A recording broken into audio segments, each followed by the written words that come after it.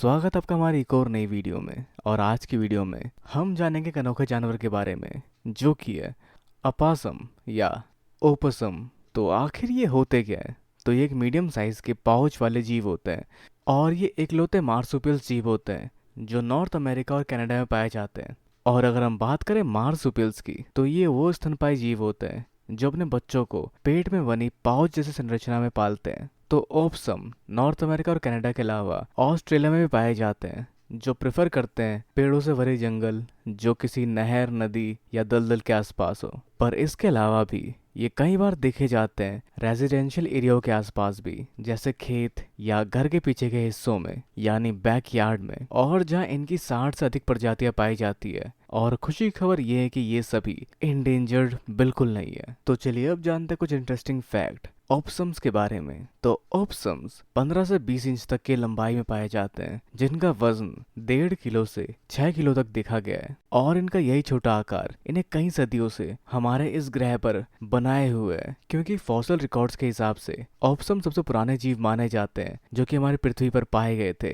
या यूं कहें कि सबसे पुराने मैमल्स माने जाते हैं जो हमारी पृथ्वी पर डायनासोर्स के समय से ही मौजूद है। तो ऑप्सम का शरीर सफेद और ग्रेइश कलर के फर से ढका होता है, पर कुछ ओकेजन्स पे इनका रंग काला, भूरा या एल्बिनो भी देखा जाता है, जहाँ एल्बिनो का मतलब होता है पूरी तरह से अननेचुरली सफेद रंग का होना।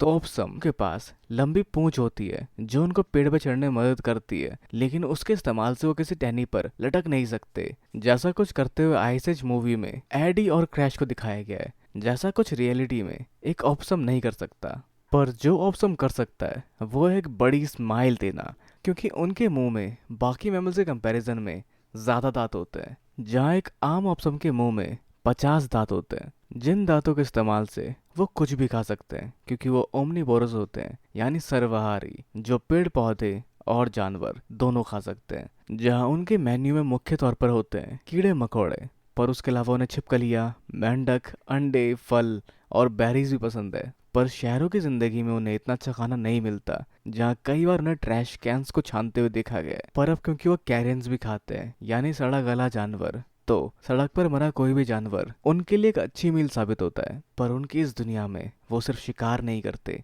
वो खुद भी शिकार होते हैं जिनकी जान को खतरा होता है कुत्तों, लोमड़ी, कायोट्स, चील और उल्लू से। और कभी कभार गाड़ी चलाते इंसान से भी, जिन्हें कई बार कार एक्सीडेंट का शिकार होते देखा गया है। पर साथ ही कुछ पैरासाइट्स और बीमारियां भी उनकी मौत का कारण बन जाते हैं। पर उन्हें बीमार करने वाला डिजीज काफी स्ट्रांग होना चाहिए, क्योंकि उनके ऊपर सांप के जहर का भी कोई असर नहीं होता। वो इम्यून होते हैं रेबीज से, और उनका इम्यून सिस्टम बाकी मैमल से काफी बेहतर होता है, जिस कारण से जल्दी वो बीमार नहीं पड़ते। तो एक ऑप्सम टेरिटोरियल जीव नहीं होते, उनका कोई इलाका नहीं होता। वो खाने की खोज में दर बदर बंजारों की जिंदगी जीते हुए भटकते देखे जाते हैं। ऑप्सम्स रहने के लिए गड्ढे नहीं खोदते, वो खाली पड़ी गुफाएं या जगहों पर शरण लेते हैं। तो ऑप्सम्स भी नॉकटर्नल जीव होते हैं यानी निशाचर जीव होते हैं जो रात के समय शिकार करते हैं, जिनकी आंखें काफी कमजोर होती है और उनकी सुनने की क्षमता भी काफी कमजोर होती है, जिस कारण से वो शिकार के लिए अपने सूंघने की क्षमता का इस्तेमाल करते हैं। हाँ, पर घबराइए नहीं, उनकी सूंघने की क्षमता काफी कमाल की होती है। और अगर वैसे आपको ऑप्सम झुंड में दिखे तो उनको आप इंग्लिश में पैसल कह सकते हैं। हाँ, पर इकलौता ऑप्सम भी काफी खतरनाक हो सकता है, जिनके पास लंबे तीखे पंजे होते हैं जिनका इस्तेमाल वो अपने शिकारी के खिलाफ कर सकते हैं। पर उनके पास इस तरह के सिचुएशन से बचने के लिए कुछ कमाल की और टेक्निक्स भी होती है, और जो टेक्निक है मरने की एक्टिंग करना। अब क्योंकि हर एक जानवर मरे हुए जीव को नहीं खाता, जिस वजह से वो बच सकते हैं ऐसा करने से, जो अपने इस एक्ट को या यूं कहें कि बिना हिले 1 मिनट से 6 घंटे तक रह सकते हैं। पर मरने के अलावा मादा ऑप्सम के प्यार में पड़ा नर ऑप्सम मादा को रिझाने के लिए अलग अलग तरह की आवाजों का इस्तेमाल करते हैं, जिसके बाद उनके रोमांस के सिर्फ 14 दिन के बाद नए ऑप्सम जन्म लेते हैं। और जिस समय वो पैदा होते हैं उनका आकार किसी मधुमक्खी जैसा होता है जो एक बारी में लगभग 20 बच्चों को जन्म दे देते हैं, पर उनमें से सिर्फ कुछ ही बचते हैं। तो बेबी ऑप्सम पैदा होने के बाद रेंगते रेंगते मादा ऑप्सम के पाउच तक पहुंचता है,